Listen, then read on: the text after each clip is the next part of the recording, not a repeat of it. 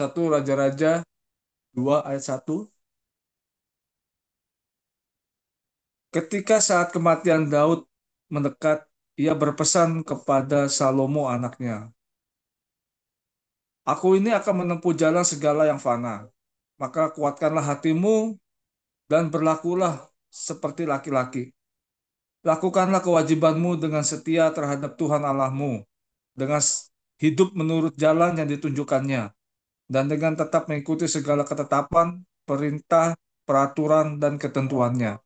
Seperti yang tertulis dalam hukum Musa, supaya engkau beruntung dalam segala yang kau lakukan dan dalam segala yang kau tuju. Dan supaya Tuhan menepati janji yang diucapkannya tentang aku, yakni, jika anak-anakmu laki-laki tetap hidup di hadapanku dengan setia, dengan segenap hati, dan dengan segenap jiwa, maka keturunanmu takkan terputus dari tahta kerajaan Israel. Dan lagi engkau pun mengetahui apa yang dilakukan kepadaku oleh Yoab, anak Seruya, apa yang dilakukannya kepada kedua panglima Israel, yakni Abner bin Ner dan Amasa bin Yeter.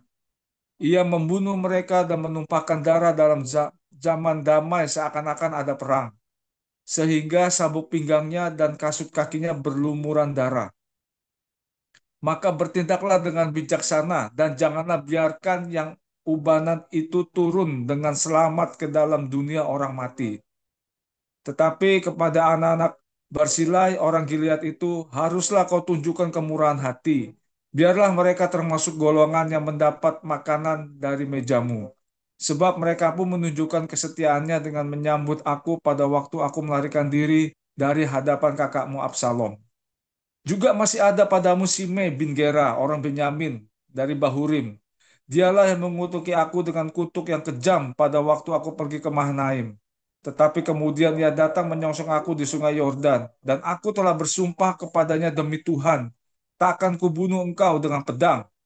Sekarang janganlah bebaskan dia dari hukuman, sebab engkau seorang yang bijaksana dan tahu apa yang harus kau lakukan kepadanya untuk membuat yang ubanan itu turun dengan berdarah ke dalam dunia orang mati. Kemudian Daud mendapat perhentian bersama-sama nenek moyangnya, dan ia dikuburkan di kota Daud. Dan Daud memerintah orang Israel selama 40 tahun di Hebron. Ia memerintah 7 tahun, dan di Yerusalem yang memerintah 33 tahun. Salomo duduk di atas tahta Daud, ayahnya, dan kerajaannya sangat kokoh. Pada suatu hari Adonia, anak Hagit, masuk menghadap Batseba, ibu Salomo. Lalu perempuan itu berkata, "Apakah engkau datang dengan maksud damai?" Jawabnya, "Ya, damai." Kemudian katanya, "Ada sesuatu yang hendak aku katakan kepadamu." Jawab perempuan itu, "Katakanlah." Lalu katanya, "Engkau sendiri tahu bahwa akulah yang berhak atas kedudukan raja, dan bahwa seluruh Israel mengharapkan supaya aku menjadi raja. Tetapi sebaliknya kedudukan raja jatuh kepada adikku, sebab dari Tuhanlah ia mendapatnya. Dan sekarang satu permintaan saja kusampaikan kepadamu. Janganlah tolak permintaanku." Jawab perempuan itu kepadanya, "Katakanlah." Maka katanya, "Bicarakanlah kiranya dengan Raja Salomo, sebab ia tidak akan menolak permintaanmu, supaya Abisak, gadis Sunem itu, diberikannya kepadaku menjadi istriku." Jawab Bathsheba, "Baik, aku akan membicarakan hal itu untuk engkau dengan raja." Bathsheba masuk menghadap Raja Salomo untuk membicarakan hal itu untuk Adonia. Lalu bangkitlah raja mendapatkannya serta tunduk menyembah kepadanya. Kemudian duduklah ia di atas tahtanya dan ia menyuruh meletakkan kursi untuk bunda raja. Lalu perempuan itu duduk di sebelah kanannya. Berkatalah perempuan itu, "Suatu permintaan kecil saja yang kusampaikan kepadamu. Janganlah tolak permintaanku." Jawab raja kepadanya, "Mintalah, ya ibu, sebab aku tidak akan menolak permintaanmu." Kata perempuan itu, "Biarlah Abisak gadis Sunem itu diberikan kepada kakakmu Adonia menjadi istrinya." Tetapi Raja Salomo menjawab ibunya, "Mengapa engkau meminta hanya Abisak gadis Sunem itu untuk Adonia? Minta jugalah untuknya kedudukan raja. Bukankah dia saudaraku yang lebih tua dan di pihaknya ada Imam Abyata dan Yoab anak Seruya?"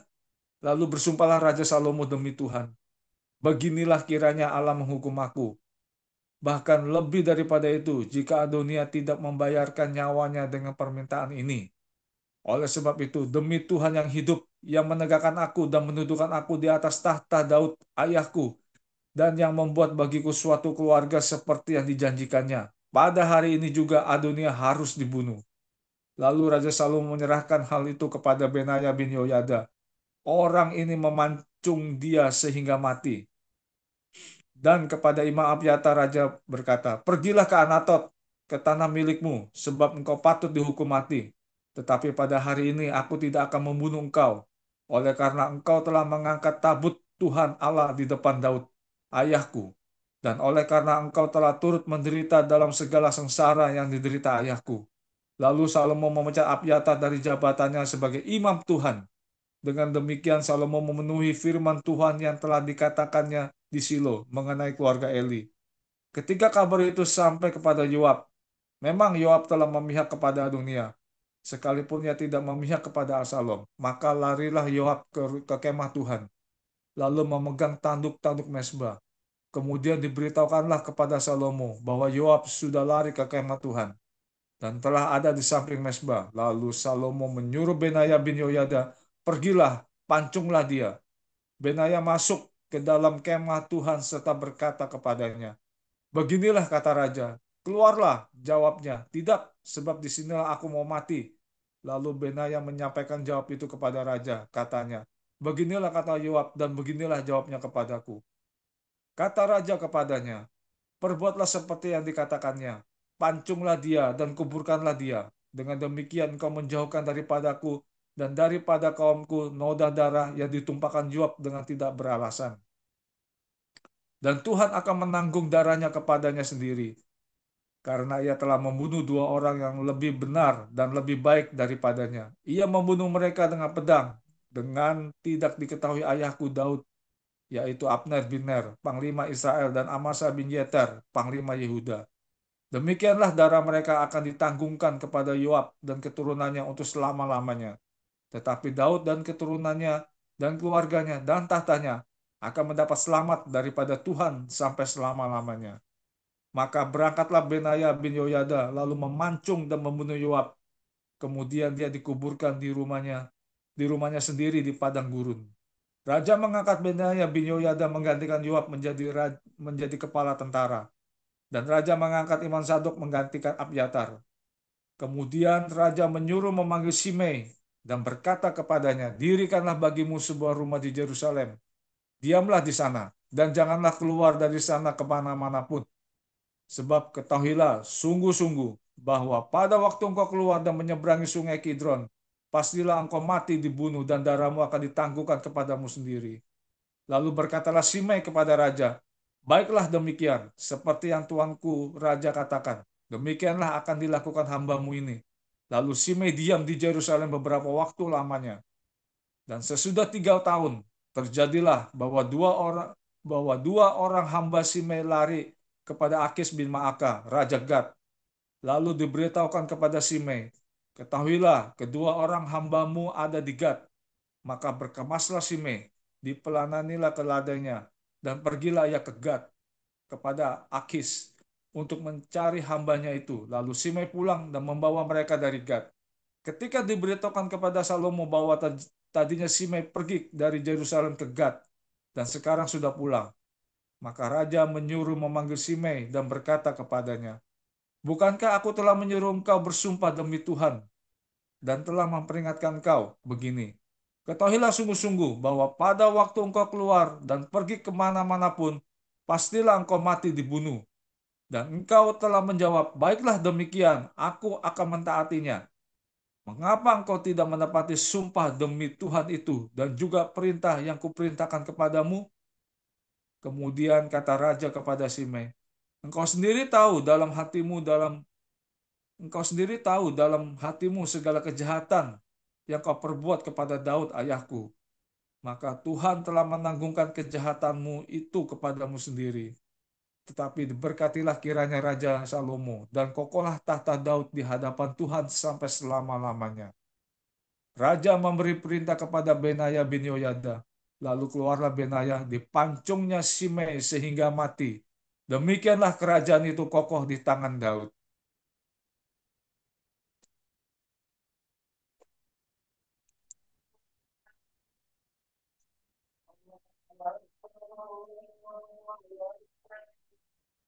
Matius 21 ayat 1 sampai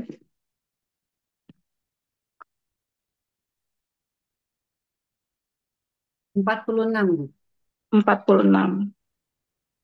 Ketika Yesus dan murid-muridnya telah dekat Yerusalem dan tiba di Betfage yang terletak di Bukit Zaitun, Yesus menyuruh 2 orang muridnya dengan pesan, "Pergilah ke kampung yang di depanmu itu, dan di situ kamu akan segera menemukan seekor keledai betina tertambat dan anaknya ada dekatnya. Lepaskanlah keledai itu dan bawalah keduanya kepadaku. Dan jikalau ada orang menegur kamu, katakanlah, Tuhan memerlukannya. Ia akan segera mengembalikannya." Hal itu terjadi supaya genaplah firman yang disampaikan oleh Nabi. Katakanlah kepada Putri Sion, lihat, rajamu datang kepadamu. Ia lemah lembut dan mengendarai seekor keledai beban yang muda. Maka pergilah murid-murid itu dan berbuat seperti yang ditugaskan Yesus kepada mereka. Mereka membawa keledai betina itu bersama anaknya, lalu mengalasinya dengan pakaian mereka, dan Yesus pun naik ke atasnya. Orang banyak yang sangat besar jumlahnya menghamparkan pakaiannya di jalan. Ada pula yang memotong ranting-ranting dari pohon-pohon dan menyebarkannya di jalan. Dan orang banyak yang berjalan di depan Yesus dan yang mengikutinya dari belakang berseru, katanya, "Hosana bagi anak Daud, diberkatilah dia yang datang dalam nama Tuhan. Hosana di tempat yang maha tinggi." Dan ketika ia masuk ke Yerusalem, gemparlah seluruh kota itu, dan orang berkata, "Siapakah orang ini?" Dan orang banyak itu menyahut, "Inilah Nabi Yesus dari Nazaret di Galilea." Lalu Yesus masuk ke bait Allah dan mengusir semua orang yang berjual beli di halaman bait Allah. Ia membalikkan meja-meja penukar uang dan bangku-bangku pedagang merpati, dan berkata kepada mereka, "Ada tertulis, rumahku akan disebut rumah doa, tetapi kamu menjadikannya sarang penyamun." Maka datanglah orang-orang buta dan orang-orang timpang kepadanya dalam bait Allah itu, dan mereka disembuhkannya. Tetapi ketika imam-imam kepala dan ahli-ahli Taurat melihat mukjizat-mukjizat yang dibuatnya itu, dan anak-anak yang berseru dalam bait Allah, "Hosana bagi anak Daud," hati mereka sangat jengkel. Lalu mereka berkata kepadanya, "Engkau dengar apa yang dikatakan anak-anak ini?" Kata Yesus kepada mereka, "Aku dengar. Belum pernahkah kamu baca? Dari mulut bayi-bayi dan anak-anak yang menyusu, Engkau telah menyediakan puji-pujian." Lalu ia meninggalkan mereka dan pergi keluar kota Betania dan bermalam di situ. Pada pagi-pagi hari dalam perjalanannya kembali ke kota, Yesus merasa lapar. Dekat jalan ia melihat pohon ara, lalu pergi ke situ. Tetapi ia tidak mendapat apa-apa pada pohon itu, selain daun-daun saja. Katanya kepada pohon itu, "Engkau tidak akan berbuah lagi selama-lamanya." Dan seketika itu juga keringlah pohon ara itu. Melihat kejadian itu, tercenganglah murid-muridnya, lalu berkata, "Bagaimana mungkin pohon ara itu sekonyong-konyong menjadi kering?" Yesus menjawab mereka, "Aku berkata kepadamu, sesungguhnya jika kamu percaya dan tidak bimbang, kamu bukan saja akan dapat berbuat apa yang kuperbuat dengan pohon ara itu, tetapi juga jikalau kamu berkata kepada gunung ini, beranjaklah dan tercampaklah ke dalam laut, hal itu akan terjadi. Dan apa saja yang kamu minta dalam doa dengan penuh kepercayaan, kamu akan menerimanya." Lalu Yesus masuk ke bait Allah, dan ketika ia mengajar di situ, datanglah imam-imam kepala serta tua-tua bangsa Yahudi kepadanya dan bertanya, "Dengan kuasa manakah engkau melakukan hal-hal itu? Dan siapakah yang memberikan kuasa itu kepadamu?" Jawab Yesus kepada mereka, "Aku juga akan mengajukan satu pertanyaan kepadamu, dan jikalau kamu memberi jawaban kepadaku, aku akan mengatakan juga kepadamu dengan kuasa manakah aku melakukan hal-hal itu. Dari manakah baptisan Yohanes? Dari sorga atau dari manusia?" Mereka memperbincangkannya di antara mereka dan berkata, "Jikalau kita katakan dari sorga, ia akan berkata kepada kita, 'Kalau begitu, mengapakah kamu tidak percaya kepadanya?' Tetapi jikalau kita katakan dari manusia, kita takut kepada orang banyak, sebab semua orang menganggap Yohanes ini nabi." Lalu mereka menjawab Yesus, "Kami tidak tahu." Dan Yesus pun berkata kepada mereka, "Jika demikian, aku juga tidak mengatakan kepadamu dengan kuasa manakah aku melakukan hal-hal itu. Tetapi apakah pendapatmu tentang ini? Seorang mempunyai dua anak laki-laki. Ia pergi kepada anak yang sulung dan berkata, 'Anakku, pergilah dan bekerjalah hari ini dalam kebun anggur.' Jawab anak itu, 'Baik, Bapa,' tetapi ia tidak pergi. Lalu orang itu pergi kepada anak yang kedua dan berkata demikian juga. Dan anak itu menjawab, 'Aku tidak mau.' Tetapi kemudian ia menyesal, lalu pergi juga. Siapakah di antara kedua orang itu yang melakukan kehendak ayahnya?" Jawab mereka, "Yang terakhir." Kata Yesus kepada mereka, "Aku berkata kepadamu, sesungguhnya pemungut-pemungut cukai dan perempuan-perempuan sundal akan mendahului kamu masuk ke dalam kerajaan Allah. Sebab Yohanes datang untuk menunjukkan jalan kebenaran kepadamu, dan kamu tidak percaya kepadanya.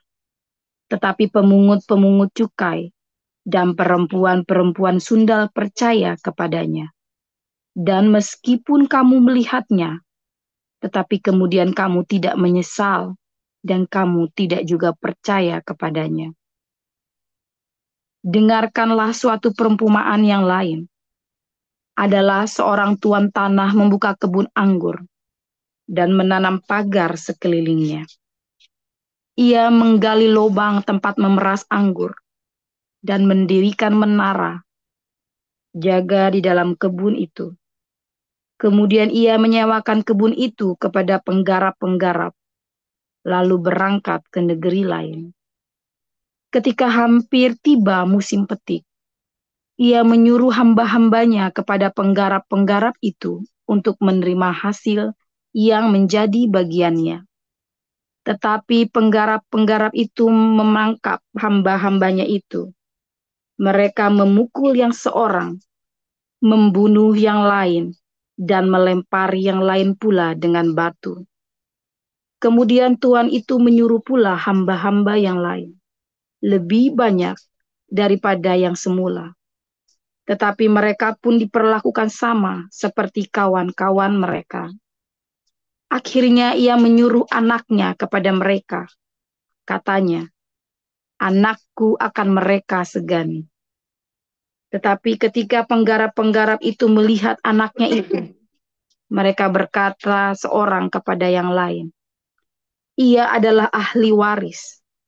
Mari kita bunuh dia, supaya warisannya menjadi milik kita." Mereka menangkapnya dan melemparkannya keluar kebun anggur itu, lalu membunuhnya. Maka apabila tuan kebun anggur itu datang, apakah yang akan dilakukannya dengan penggarap itu? Kata mereka kepadanya, "Ia akan membinasakan orang-orang jahat itu, dan kebun anggurnya akan disewakannya kepada penggarap-penggarap lain, yang akan menyerahkan hasilnya kepadanya pada waktunya."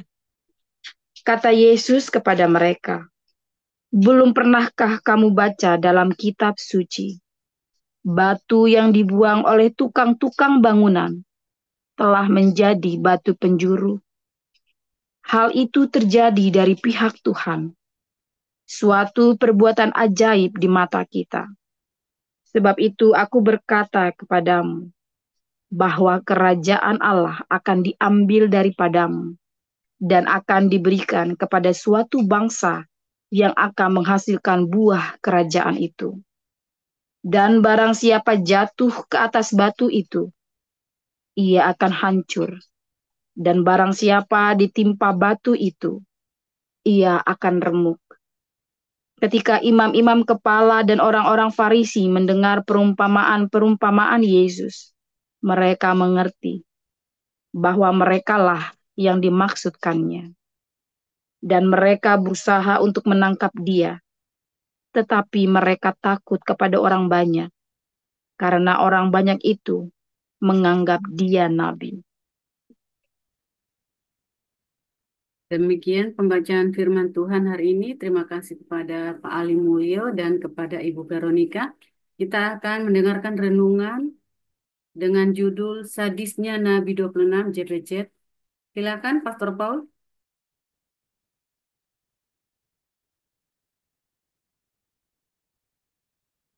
Sebentar ya. Haleluya, firman Tuhan selalu baru setiap hari ketika kita menanti-nantikan Tuhan dengan penuh sukacita, penuh cinta, keyakinan yang teguh, saudara ya. Jangan goyang sampai titik darah penghabisan. Jangan pernah Anda meragukan pertolongan Tuhan. Semua badai dalam hidupmu itu adalah malaikat Tuhan yang berkemah di sekelilingmu, saudara ya. Ingat-ingat ya. Semua badai, tapi kalau kamu percaya, kalau kamu nggak percaya ya badai ya bencana, sial. Jadi kalau kamu bersama dengan malaikat Tuhan, kalau kamu percaya cintanya Tuhan Yesus, dan kalau percaya itu berarti Anda juga menjadi penyalur cintanya Tuhan Yesus. Maka semua badai yang kamu alami itu adalah malaikat Tuhan yang berkemah di sekelilingmu, yang menjagamu dari musuh-musuhmu, dari panas teriknya padang gurun, dari dinginnya padang gurun, sampai kamu tiba di tanah perjanjianmu, saudara.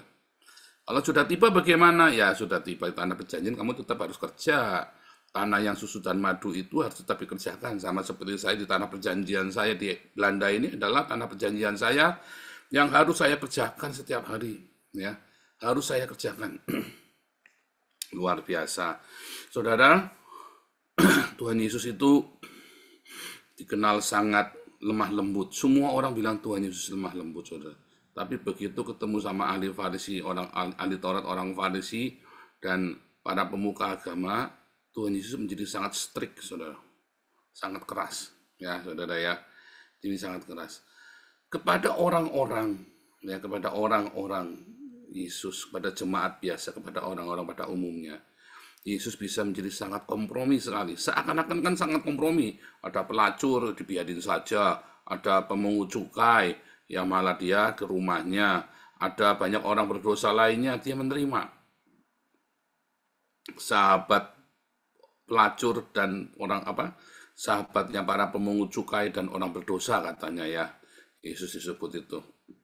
Tetapi ketika dia harus berurusan dengan kebenaran, ya, dengan orang-orang Farisi, ahli Taurat, ya dia sangat tegas sekali membedakan.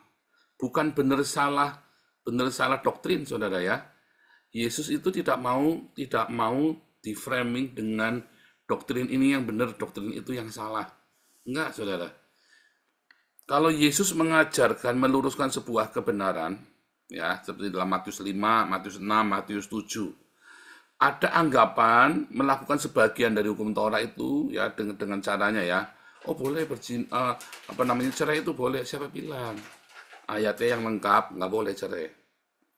Itu ya, ayatnya yang lengkap itu nggak boleh cerai. Nah, misalnya begitu ya, contoh. Oh, berzina itu kalau laki-laki berhubungan seks, penisnya masuk vagina. Oh, bukan. Kamu ngelihat aja udah berzina. Karena ayatnya sudah jelas, jangan mengingini wanita sesamamu. Ingin aja nggak boleh, kata Tuhan. Oh, saya kan tidak pernah membunuh. Iya, tapi waktu kamu memfitnah, katanya Paul ini maling donasi, kamu tuh sudah membunuh Paul loh. Ya kan? Tapi kan saya tidak merugikan Paul, siapa bilang? Kamu merugikan dia loh. Hanya karena ada perlindungan malaikat di surga, dia bukannya rugi malah tambah untung. Nah, kan begitu, saudara. Iya kan? Ketika kamu mengatakan hal yang tidak baik itu kepada orang, kamu telah membunuh dia loh, saudara. Ketika kamu memfitnah, dia mengatakan tidak baik ya, moreh, ya raka, anak durhaka, orang bisa bunuh dia loh, saudara. Nah, Tuhan Yesus sangat dia meluruskan ya penafsiranmu yang nggak benar, yang tujuannya adalah untuk pembenaran. Nah itu. Tetapi ketika orang Samaria datang, katanya menyembah Tuhan di Gunung Yakub, tapi kamu orang Yahudi, orang Samaria bilang di Gunung Yakub, orang Yahudi bilang harus Yerusalem. Yesus tidak akan mempertentangkan keduanya. Dia tidak, nggak usah di Gunung Yakub, nggak usah di Yerusalem, tapi di dalam roh dan kebenaran. Karena yang benar itu menyembah Tuhan di dalam roh dan kebenaran. Itu contoh ya, bahwa Yesus tidak mempertentangkan doktrin. Di zaman Yesus ada berbagai mazhab, saudara ya, ada berbagai mazhab. Dan Yesus tidak mau bertentangan dengan mazhab itu. Bahkan ya, ketika orang-orang Saduki itu datang tentang ribut tentang mazhab ya, yang di surga kawin isinya nanti kalau satu istri punya suami 4 kali, nikah 4 kali ya karena meninggal ya. Lalu nanti di surga ketemunya siapa nanti dari kebangkitan. Yang Yesus pertentangkan itu bukan masalah percaya kebangkitan orang mati apa enggak loh, saudara. Tapi yang Yesus pertentangkan dalam pikirannya orang Saduki ini adalah orang-orang ahli Taurat, tapi dari mazhabnya Imam Zadok. Ya, Imam Zadok itu adalah imam di zamannya Daud.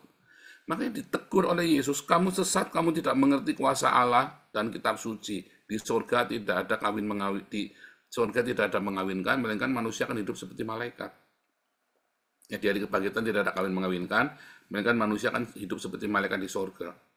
Jadi bukan masalah mazhabnya itu yang dipertentangkan, tetapi kedagingan itu loh, pemikiran bahwa harus ada keterikatan seks dan segala macam, itu yang dipertentangkan oleh Yesus.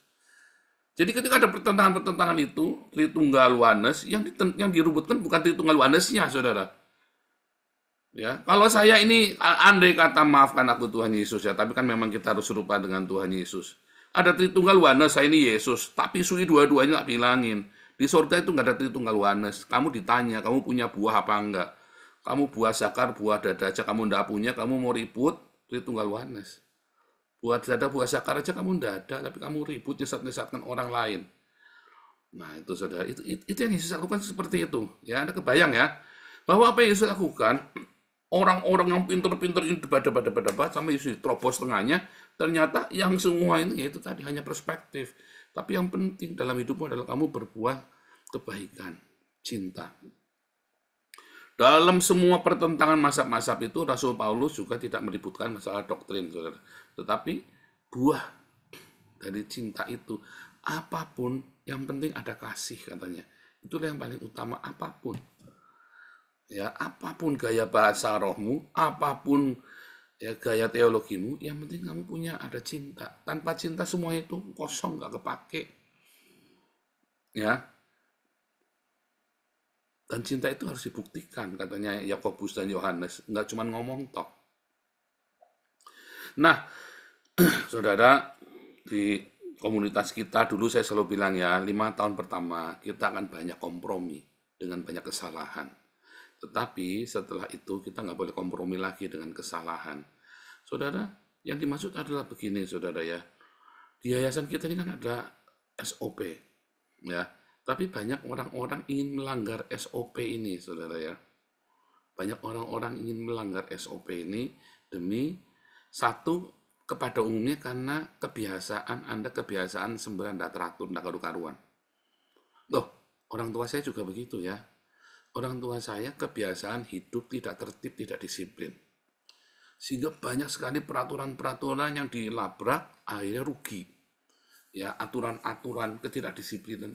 Saya adalah produk dari ketidakdisiplinan sebuah keluarga, saudara. Saya tidak berkata orang tua saya jahat, enggak ya. Orang tua saya orang yang baik sekali ya. Kita banyak nolong orang. Tapi orang tua saya adalah mereka adalah orang yang tidak disiplin di dalam kehidupan. Ya, saudara ya, tidak disiplin, banyak aturan pemerintah, aturan yang ditabrak. Ya, yang ditabrak. Ya maklum, karena orang tua saya, papa saya bekas preman, saudara, bekas Bang Jago, ya kan. Jadi dia merasa dia bikin aturan. Sampai akhirnya dunia yang harus menghajar, alam semesta ini yang harus menghajar dia, supaya dia mau tidak mau harus taat aturan, saudara. Tidak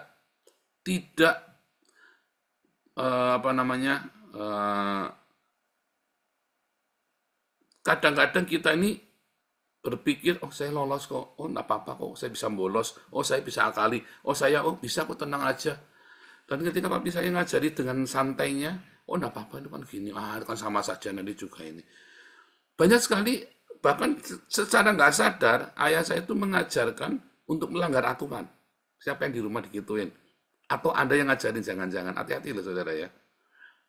Allah sama saja, ini juga dilanggar juga. Jangan, saudara. Ajari anakmu untuk taat aturan. Karena di masa-masa ke depan ini, karena Anda di Indonesia belum merasakan. Kalau Anda sudah tinggal di Belanda, ngerti kalau kamu tidak ikut aturan dalam seumur hidupmu, saudara, kere kamu nanti tuanya. Kamu ini suka bolos waktu sekolah kan, cariin, diteleponin, akhirnya kamu terpaksa tidak bisa masuk ke sekolah untuk melanjutkan universitas. Kamu harus masuk sekolah yang cuman bisa langsung praktek. Akhirnya kamu jadi tenaga kasar, ya kan? Tenaga kasar, bangga dapat duit, saudara. Karena di sini tenaga kasar maupun orang tenaga skill, gajinya sama, saudara. Di awal-awal tahun, 5-10 tahun pertama gajinya bisa sama 3.000 sampai 5.000. Yang membedakan nanti setelah itu, saudara. Orang tenaga kasar, dia kalau sakit ya udah nggak dapat gaji, saudara. Tapi kalau skill, ya kan, kalau sakit dia masih tetap bisa kerja di rumah, bisa macam-macam, dan akhirnya dia bisa mendapat kenaikan gaji. 10 tahun kemudian, tenaga kasar ini gajinya tetap 3.000, pakai dipotong utang macam-macam. Yang tenaga skill ini gajinya udah 30.000, bahkan bisa 50.000, saudara. 50.000 euro, ya. Itu beneran, saudara ya. Orang yang biasa dengan tenaga kasar, dia mau apa udah capek, saudara. Dia terbiasa apa-apa pokoknya praktis, simpel, ditabrak. Akhirnya orang-orang ini hidup sembarangan, dia KTP-nya kadang-kadang hilang, kadang-kadang nggak punya SIM, dia setir mobil, ya kan. Kena tilang, saudara, kena denda 20.000. Kalau nggak punya SIM, dendanya 20.000, saudara ya. Kena lagi, saudara, kena lagi, dan macam-macam. Akhirnya orang ini sakit, stres, depresi, nggak mau kerja. Akhirnya lebih kere, saudara. Udah kere, nggak bisa bayar rumah, diusir dari rumah. Cerai sama istrinya kan, nggak bisa, karena istrinya kan orang Belanda nggak mau kalau istrinya pengangguran. Suaminya pengangguran nggak mau dicerai sama istrinya. Lalu dia nganggur, dia tendang keluar, saudara. Akhirnya dia tidak ikut akhirnya dia tidak bisa ikut program pemerintah. Kenapa? KTP-nya hilang, dia mau ngurus, dia banyak dari mana ngurusnya, dia tidak terbiasa ngurus administrasi, sudah datang ke pemerintah dikasih nasihat, dia terbiasa melanggar, dikasih nasihat, dilanggar semua, blacklist saudara akhirnya. Bahkan nomor BSN-nya dia saja, nomor pajak ya, nomor pajaknya saja dia lupa. Akhirnya dia tidak bisa bikin KTP baru. Banyak di sini saudara yang seperti itu ya. Namanya sendiri saja dia, nama aslinya yang dia banyak ubah ganti nama, lalu dia bingung namanya dia yang tertulis di dokumen itu sebenarnya yang mana, dia nggak ngerti saudara. Nggak bisa. Akhirnya dia nggak bisa ngurus. Ya, makanya kalau di sini kalau Anda lihat gembel-gembel itu, walaupun mereka gembel, kalau dokumen hilang, wah mereka bisa panik saudara. Wah bisa kejang-kejang tuh, bisa ngamuk-ngamuk. Karena kalau begitu mereka kehilangan KTP-nya itu, mereka nggak bisa dapat tunjangan makan, tunjangan rumah, tunjangan kontrakan, segala macam nggak bisa dapat tuh saudara. Hanya gara-gara itu. Bukti ya. Jadi administrasi yang dilanggar. Kalau Anda di Indonesia, Anda belum berasa saudara. Tetapi kalau Anda sudah tinggal di Eropa, ya administrasi ini sangat penting. Karena apa? Kesejahteraannya sangat tinggi. Dan banyak sekali orang yang ngakalin administrasi, nipu saudara. Sebetulnya Anda tidak bermaksud nipu, tapi Anda karena Anda berusaha ngakali prosedurnya yayasan, Anda kan dituduh nipu, saudara. Padahal Anda tidak bermaksud nipu loh, ya. Saudara, aturan untuk dapat beasiswa, ini contoh dulu ya, kakak saya kan dapat beasiswa dari gereja. Aturannya adalah dia memang benar-benar miskin, penghasilannya sekian dan tidak punya kendaraan bermotor, segala macam ya. Bahkan TV pun ditanya mereknya apa segala macam. Tiba-tiba ya biasanya ini biasanya ya, kalau mau ngambil uang kan setiap bulan ngambil uang beasiswa, ya kan? Maka dibisiki kamu kesananya nanti naik angkot aja ya. Tapi hari itu keburu-buru saudara. Akhirnya kakak saya datang naik motor. Artinya apa? Sebenarnya kita punya motor, tapi kita tetap mengajukan beasiswa. Harusnya nggak boleh. Ya, itu salah satu, itu contoh saudara ya. Lalu akhirnya dibatalin beasiswanya. Terus mami saya misu-misu saudara ya, misu-misu. Katanya begini, kecewa. Sebenarnya yang salah ya gerejanya atau mami saya saudara. Yang salah mami saya saudara. Ini saya cerita kepada Anda karena tahun ini saya minta semua prosedur itu benar-benar dijalankan saudara ya. Yang kemarin kita banyak kompromi ya, sehingga ya kita ada kebobolan ya, selalu ada kebobolan ini. Tapi yang sekarang ini kita prosedur harus jalan. Nah nanti Anda kan banyak sekali Anda sakit hati saudara sama kita, ya karena Anda melanggar prosedur. Ya pengurus ya gampang ini begini ya, makanya statement peraturan ada untuk dilanggar itu bertobat saudara ya. Anda yang sering bikin peraturan ada untuk dilanggar, Anda harus bertobat. Peraturan ada itu untuk supaya kita bisa tetap hidup di dalam damai, supaya kita jangan bertengkar. Bayangin kalau semua orang punya maunya sendiri-sendiri, bertengkar nggak? Ya kan? Yang satu pengurus, kan boleh kita kasih ya, teman-temannya kroni-kroninya semuanya langsung beasiswa semua. Nggak jelas dari mana, begitu ditolak, kepahitan, jengkel. Loh, ada aturannya. Saudara, kemarin kita mau cari pengurus ya, saudara ya.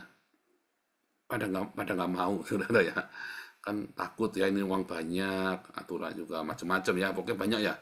Terus saya bilang, nih, aku tuh kalau mau gampang, kakakku tuh ya, adikku, adik ipar saya, kakak saya, tak suruh jadi pengurus. Diurus pasti duitnya aman. Tapi kita sudah sepakat dari awal, nggak boleh. Bahkan saya selalu bilang bolak-balik, kakak saya ya cuman supir Grab, matanya sudah buta sebelah. Itu saja tidak saya mintakan dari yayasan, saudara. Tidak saya mintakan dari yayasan, edan ya saudara ya. Anda kalau bayangin, kalau Anda yang jadi pasti dimintakan. Saya nggak boleh saudara, nggak boleh. Tidak boleh. Ya udah kakak saya ya kalau saya sanggup support saya yang support. Sakurang-kurangnya kakak saya ya udah saya yang support. Itu loh saudara. Makanya begitu kemarin mami ninggalin uang yang nggak seberapa ya, ninggalin uang nggak seberapa. Saya suruh buat kakak saya beli rumah dulu saudara. Supaya dia rumahnya jangan kontrak. Karena saya tahu suatu ketika dia benar-benar sakit, siapa yang mau nanti tiba-tiba kontrakannya habis, sakit, pada pusing, saudara. Itu loh. Jadi saya sendiri disiplin dengan masalah ini, saudara. Bahkan support untuk Eropa yang kita pintakan lewat yayasan. Saya ngisi berbagai macam formulir, loh, saudara ya. Saya sendiri mengisi berbagai macam formulir. Saya beberapa laporan itu masih ada yang pending dan itu menjadi beban buat saya untuk kerjain terus ya. Karena ada beberapa laporan itu kan banyak ya. Karena saya kerjain sendiri di sini semua kan sama si anak-anak sudah ngirim, yang punya saya belum. Yang punya anak kemarin sudah dibikinkan semua ya, karena kita bagi tugas ya saudara, bagi tugas untuk ngerjain ini, kamu ngerjain dapur, saya ngerjain untuk ini ya, untuk penengkapan apa segala macam kemarin. Karena kita belum punya tim inti, tapi nanti suatu hari saya nggak mau ngurusin lagi, saya mau timnya kita yang ngurusin, karena itu menjadi tertuduh, saya jadi tertuduh jadinya ya saudara ya. Itu pun saya kudu melakukan, harus. Bu Marjuni tiap, jangan lupa ya Pak, dikumpulkan ini punya anak dulu deh, yang punya saya nanti Waisil lagi bantuin. Itu pun harus dikerjakan saudara. Ya terakhir saudara ya, terakhir. Saudara, ajari anak-anakmu disiplin dengan peraturan. Keluarga itu harus dikasih aturan, saudara, yang disepakati bersama. Karena peraturan itu, ya seakan-akan kejam ya peraturan. Enggak. Peraturan itu tidak kejam kalau niatnya kamu adalah untuk menjaga supaya kita jangan ribut. Tetapi banyak orang-orang yang merasa sudah hebat rohaninya, oh enggak perlu peraturanku, hanya surga. Apa bedanya kamu sama orang Islam? Nggak mau bahwa syariat Islam harus di atas hukum negara, ya kan? Ya kan, syariat Islam harus di atas konstitusi, katanya kan. Bodoh ini orang, saudara. Bodoh sekali. Nah, sama saudara ya. Orang-orang beragama, banyak orang beragama, banyak orang yang sudah rohani, yang katanya sudah rohani, berkata bahwa yang penting aturannya surga. Jangan. Enggak, ini saja yang penting ini semuanya lancar. Pendeta yang ngomong, loh yang penting semuanya lancar. Ini kan uangnya Tuhan. Loh, ini uangnya Tuhan, aturannya kudu bener. Justru karena ini uangnya Tuhan, aturannya kudu bener, saudara.